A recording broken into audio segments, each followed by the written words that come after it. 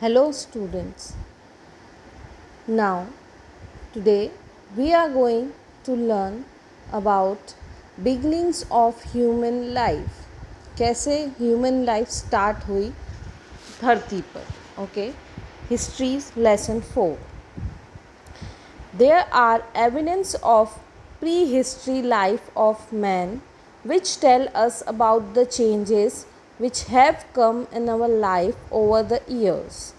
This process of evolution of man has taken millions of years.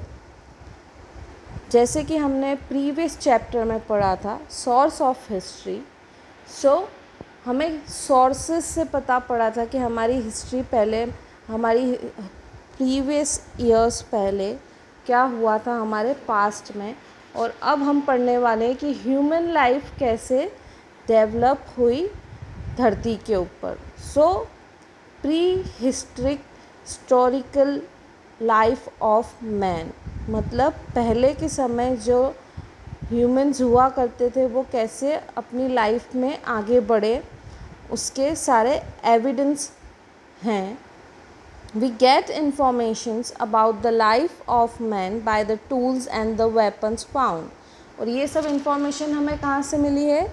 जो tools और जो weapons वो लोग यूज़ किया करते थे उस समय. This age has been named as the stone age by historians. और उस एज को क्या कहा गया?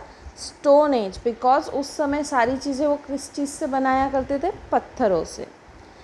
This has been further divided into 3 stages namely. और उसे 3 स्टेजेस में डिवाइड किया गया.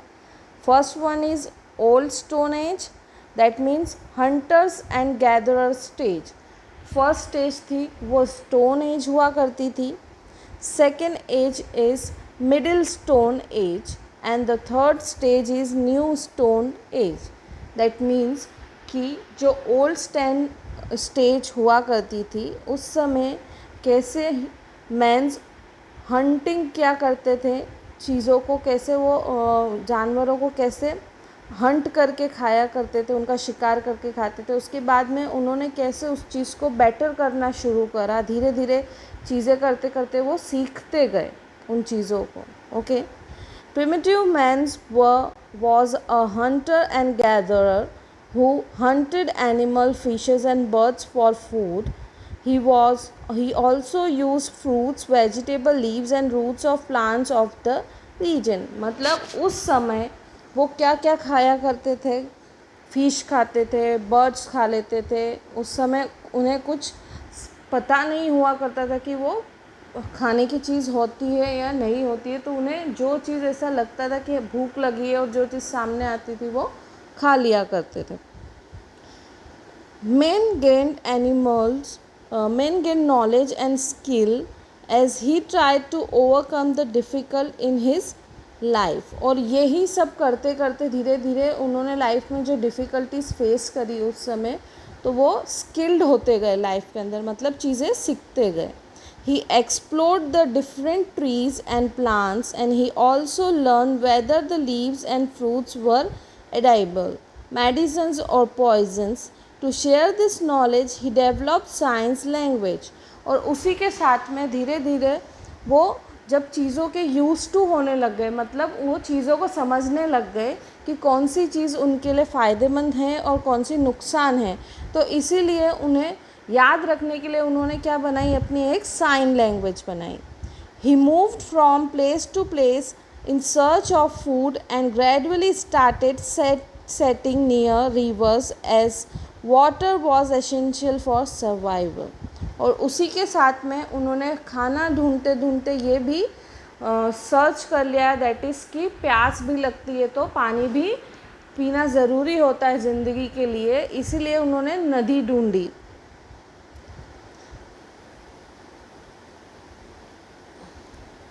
Primitive man to modern man. Now here you can see in this picture कैसे पहले जो primitive man होते थे वो धीरे धीरे धीरे कैसे एक नॉर्मल इंसान की तरह हुए. जैसे यहाँ पर पिक्चर में दिया गया है, जो फर्स्ट पिक्चर में आप देख रहे हैं वहाँ पर जो फर्स्ट पर्सन है he is looking like an app, मतलब वो किसकी तरह दिख रहा है, एक जो मंकी होते हैं उसकी तरह दिखता है, और धीरे धीरे धीरे वो एक नॉर्मल इंसान की तरह दिखने लग गया है, जो उसकी 5th स्टेज है। टूल्स एंड वेपन्स, अभी कौन से टूल्स और वेपन्स वो लोग यूज़ किया करते थे। The major part of information that we have learned the primitive man is obtained from the tools which he used। और primitive man के बारे में हमें इंफॉर्मेशन कहाँ से मिली, उनके टूल्स जो वो यूज़ किया करते थे। The different tools were made from stone, wood and bones which were used for different activities।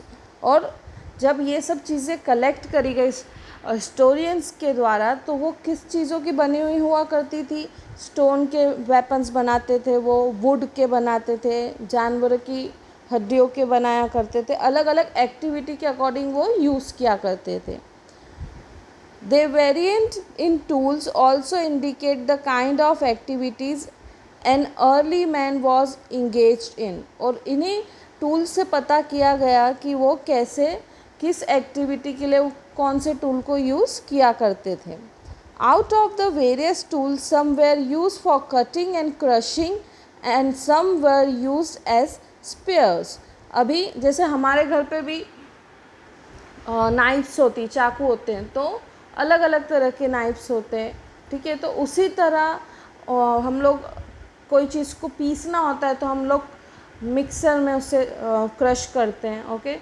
कोई चीज़ काटनी है तो नाइफ़ का यूज़ करते हैं। इसी तरह उन्होंने जब डिफ़िकल्टीज़ फेस करी तो अपने आप को स्किल्ड करते गए, वो चीज़ों को सर्च करते गए। तो उसी तरह उन्होंने क्या करा, नए नए टूल्स ढूंढने शुरू करे, इन्वेंट करने शुरू करे। सो चीज़ों को काटने के लिए, क्रश करने के लिए, ये सब टूल्स उन्होंने फाइंड आउट करे, ठीक है। Bows and arrows, apart from hunting, the tools like the hammer were also used for making hunts and shelters। ठीक है, अब वो समझ गए कि हमर मतलब किसका, हथौड़ी का यूज़ हुआ होता है किस चीज़ के लिए, कोई चीज़ को ठोकने के लिए, घर बनाने के लिए, ठीक है। तो धीरे धीरे वो अपने आप को स्किल्ड करते गए, चीज़ों को फेस करते करते। नाउ दे डिस्कवर्ड फायर, अभी उन्होंने पानी ढूंढ लिया, फूड ढूंढ लिया, टूल्स फाइंड आउट कर लिए, वेपन्स बनाने सीख लिए, वेपन्स का यूज़ करना सीख लिया उन्होंने। अब क्या फाइंड आउट करा, fire. Whenever the astrologists have found remains of the early man's shelter, evidence of ashes have been found। और जैसे जैसे जो आर्कियोलॉजिस्ट थे उन लोगों ने आगे बढ़ते गए, उनकी रिसर्च होती गई, तो उन्होंने देखा जहाँ जहाँ अर्ली मैन्स थे वहाँ पर आग के भी कुछ पुराने एशेस पड़े हुए मिले। By this we came to know that early man has learned the use of fire, and fire was used to cook raw food, protect them from wild animal and also warmth and light। Now उन्होंने उस चीज़ से assume करा, that is कि early man क्या करते होंगे, fire इसलिए जलाते होंगे, या फायर कैसे उन्होंने इन्वेंट करी कि फ़ायर से सबसे पहले तो वो फूड को कुक करते होंगे। दूसरा, फायर से जब आग जलाते तो आसपास जानवर नहीं आते, जंगली जानवर, इसलिए खुद को बचाने के लिए, अपनी सिक्योरिटी के लिए। एंड थर्ड वन, जब ठंड के मौसम होते होंगे तो वो उन्हें गर्माहट देते होंगे और रोशनी देते होंगे अंधेरे में, है ना। So this is like that. Now we have to think, you can see in this box, think if you were not allowed the use of fire in today's world, which facility will you not be able to get।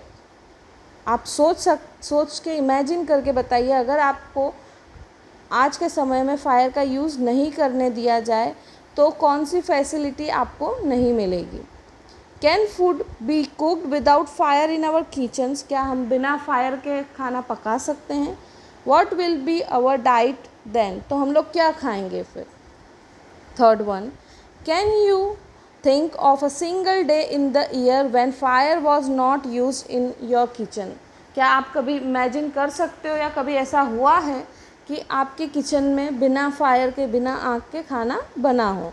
या list down the source of fire that used in kitchens today, एक list बनाइए and you have to note down कि आप कौन fire के sources से एक दिन में क्या क्या चीज़ें यूज़ करते हैं, ठीक है। Now will come with the invention of the wheels. Now कैसे उन्होंने व्हील का इन्वेंशन किया। The invention of wheel is believe to be the most important and revolutionary invention in the history of mankind. Wheel का invention उनकी life का सबसे important और revolutionary, because उस समय अर्ली मैंस को कोई वो लोग कोई भी चीज़ फाइंड आउट करने के लिए कोई एम नहीं हुआ करता था, वो बस करते जाते थे। बट जैसे उनकी नीड्स बढ़ी तो वो आगे बढ़ने लगे और बढ़ते बढ़ते वो नए नए इन्वेंशन करने लगे। तो उन्होंने किस चीज़ का इन्वेंशन कर डाला, व्हील का, जिससे वो अपने लिए आने जाने के लिए एक व्हीकल बना सके और नई नई जगह जाकर खुद के लिए सर्वाइवल के लिए जगहें ढूंढ सके। Think of the various way in which we use the wheel in our day to day life. आप इमेजिन कर सकते हो कि हमारी लाइफ में व्हील की कितनी इम्पोर्टेंस है, ठीक है। हम लोग कहीं भी जाते हैं, हमारी बाइक हो गई, हमारी कार हो गई, हमारी बाइसिकल हो गई, व्हील्स जो होते हैं वो इन्वेंशन नहीं होते तो आज हमारे पास में ये सब फैसिलिटीज़ नहीं होती, ठीक है। The invention of wheel made transport faster and easier for man and also brought about a major change in his way of living. Imagine what other revolutionary change were possible in man's life because of the invention of wheel. और जैसे जैसे wheels का invention हुआ तो हमारी life में नए नए इन्वेंशन होने लगे। हमारे पास में बुलक कार्ट आई, ठीक है, बैलगाड़ी का इन्वेंशन हुआ। उसके बाद में धीरे धीरे नई नई चीज़ें, बाइसिकल, बाइक्स, फोर व्हीलर, तो ये सारी चीज़ें कैसे इन्वेंट हुई। सबसे पहले तो व्हील का ही इन्वेंशन हुआ ना। So wheel is most important invention by the early mans. Now यहाँ वापस हमें एक थिंक दिया गया है बॉक्स के अंदर, that is, do you think that where there would be any vehicle in today's world if the wheel are not invented. अगर व्हील का इन्वेंशन नहीं होता तो कोई व्हीकल होता आज के समय में। What would have happen if the wheel had not been invented. और अगर क्या होता अगर व्हील का इन्वेंशन नहीं होता, तो कोई भी व्हीकल नहीं होते, ठीक है। What changes would have come in early man's life because of the invention of wheel? और अर्ली मैन की लाइफ में व्हील के इन्वेंशन से क्या क्या चेंजेस आए, ये हमें फाइंड आउट करना है। Now will come at cattle rattling, ठीक है। The hunter gatherer primitive mans must have started rearing the domesticating animals by the middle stone age. और मिडिल स्टोन एज में नाउ अब अर्ली मैन्स ने क्या start कर दिया था, जानवरों को पालना। डोमेस्टिकेटिंग मतलब ऐसे जानवर जो उन्हें हार्म नहीं पहुंचाते थे, उन्हें पालना शुरू किया उन्होंने। After the invention of the wheels man use animal from different forms of transport. और उन्हें किस फॉर्म में यूज़ करने लगे, ट्रांसपोर्टेशन के लिए। अपनी चीज़ कहीं आना जाना है तो उन पे बैठ कर जाया करते थे या अपना सामान उन पे रख के ले जाया करते थे।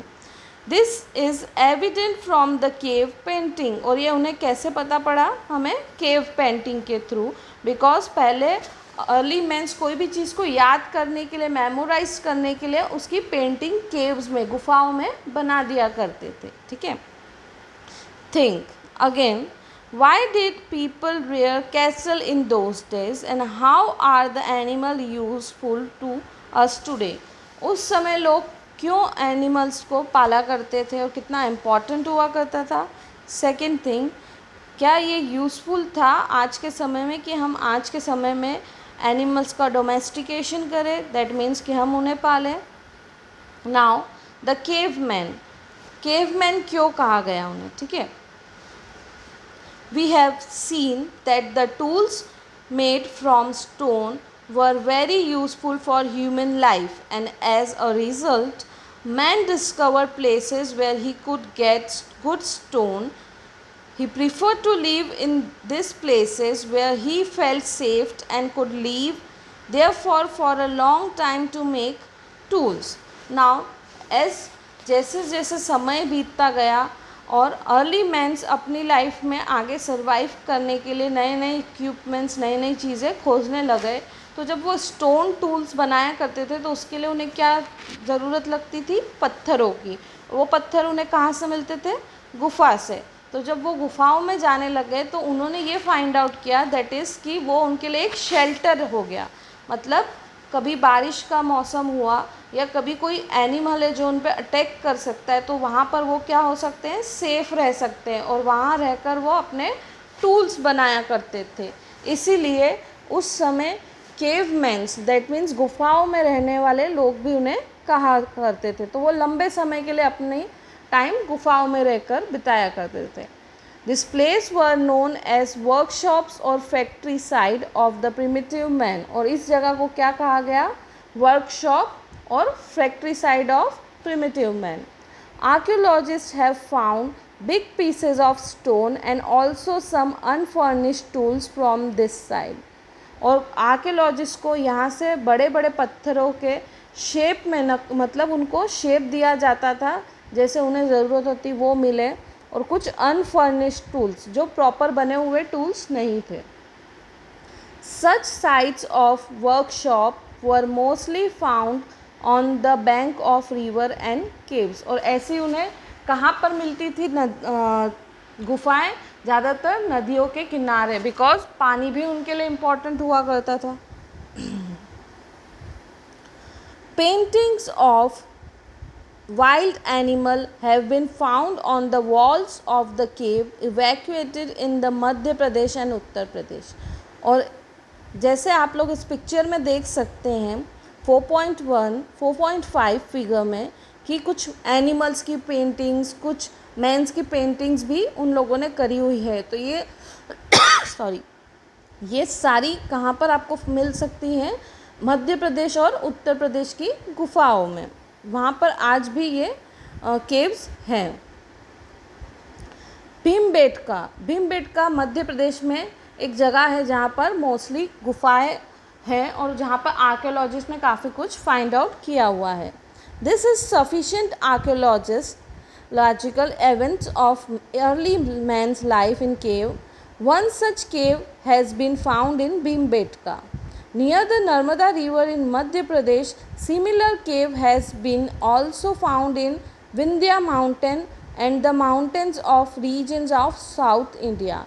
जैसे मध्य प्रदेश में भीमबेटका नदी के किनारे, नर्मदा नदी के किनारे कुछ केव्स मिली जहाँ पर ये सब आर्कियोलॉजिस्ट ने फाइंड आउट किया कि वहाँ पर अर्ली मैन्स हुआ करते थे और वो लोग वहाँ पर अपनी जो भी मेमोरीज़ है वो पत्थरों के ऊपर या अपनी आर्ट है वो वहाँ पर ड्रॉ करते थे।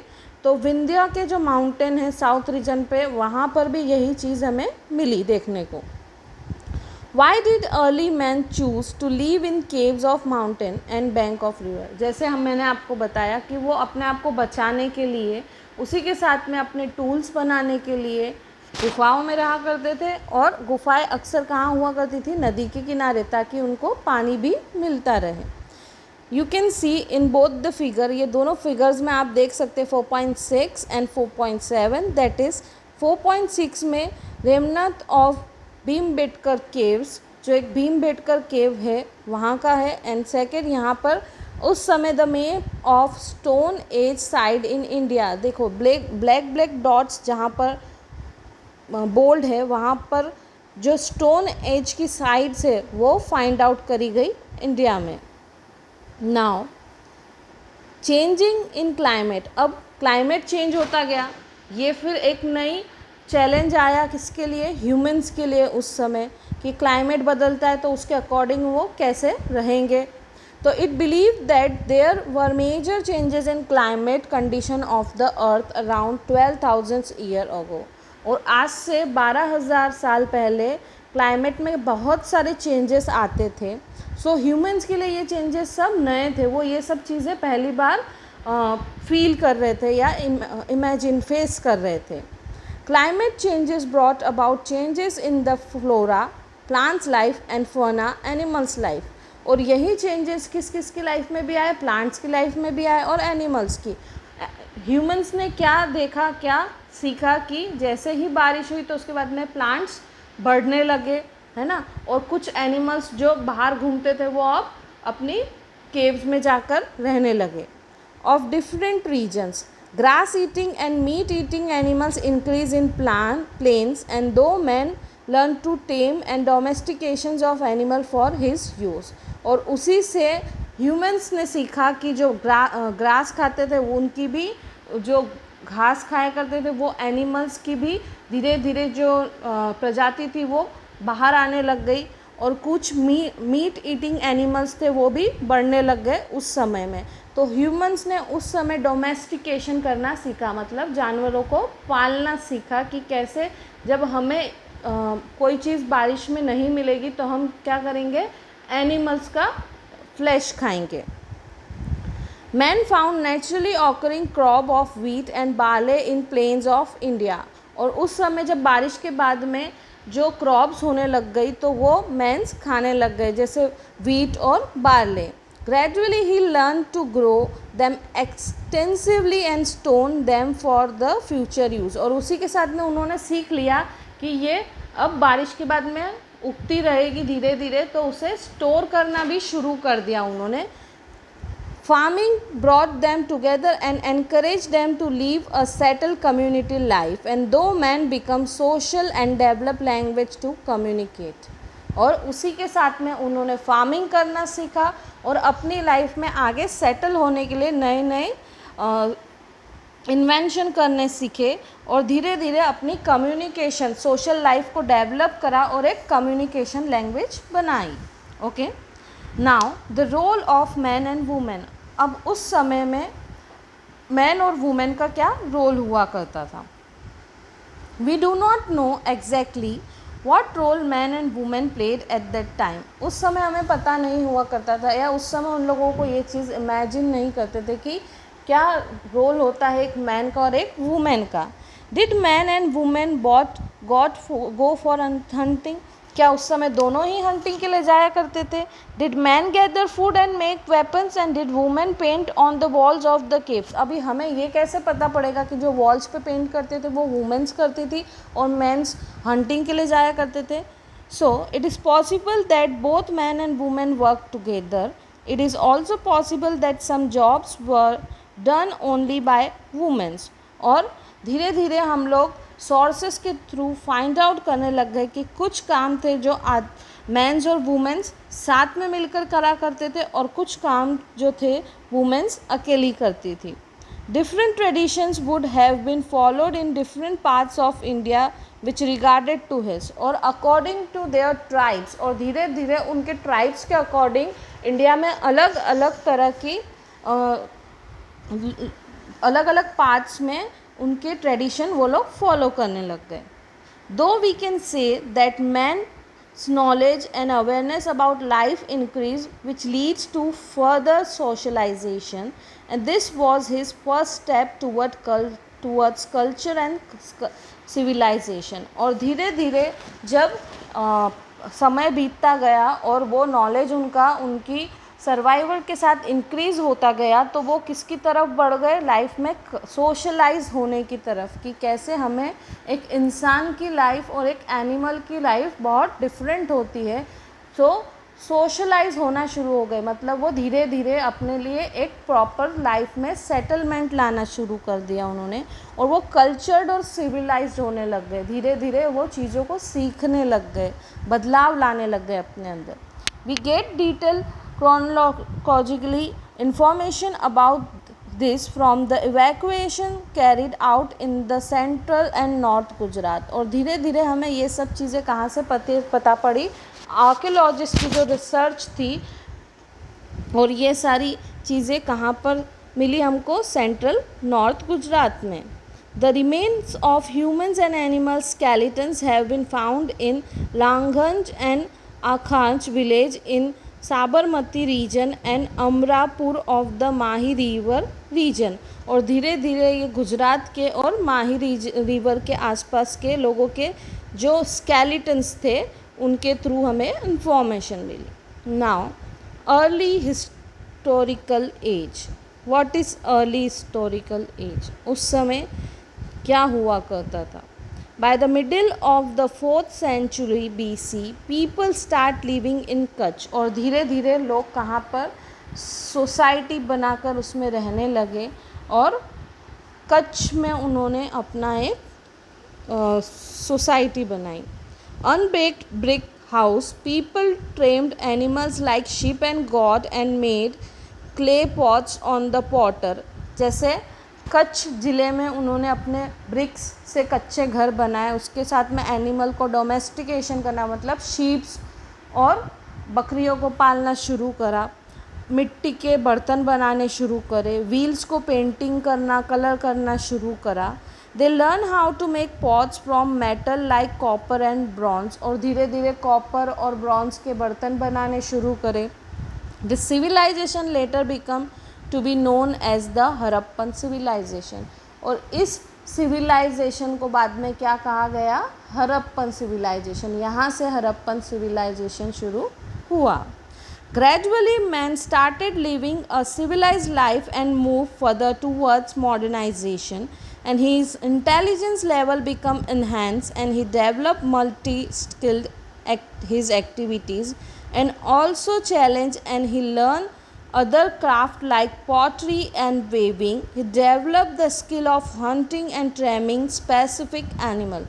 और धीरे धीरे जब वो सिविलाइजेशन की तरफ बढ़े तो वो अपनी लाइफ में किसकी तरफ बढ़ गए, मॉडर्निज़म की तरफ। और जैसे जैसे उनकी इंटेलिजेंस लेवल बढ़ता गया, अपनी स्किल को वो डेवलप करते गए, चीज़ों को फेस करते करते नई नई चीज़ें सीखते गए। उनकी लाइफ में जहाँ वो कच्चे ब्रिक्स के हाउस में रहते थे, अब उन्होंने घर को पेंट करना शुरू कर दिया, प्रॉपर रूम्स बनाने शुरू कर दिए, रूम के अंदर पॉटरीज, पेंटिंग्स, नई नई चीज़ों को वेविंग करना, मतलब बनाना, कपड़ों की चीज़ों को बनाना सीख लिया। अपने स्किल थी हंटिंग की, उनको डेवलप किया।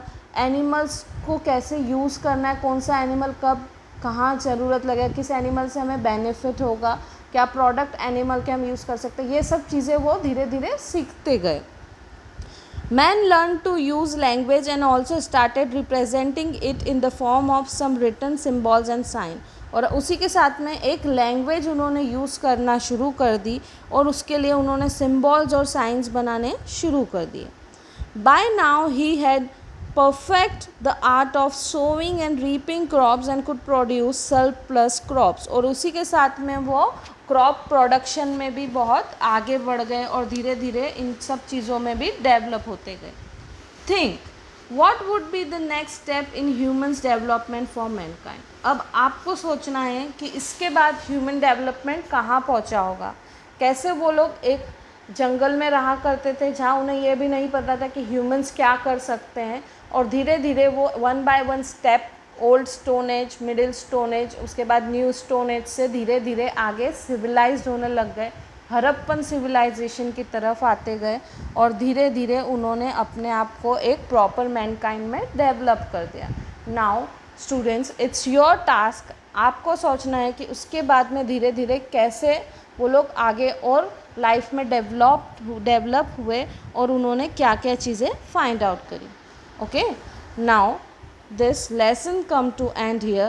Now I hope you can understand it, और इसकी जो भी वर्कशीट्स है I will send it very soon. Okay, thank you.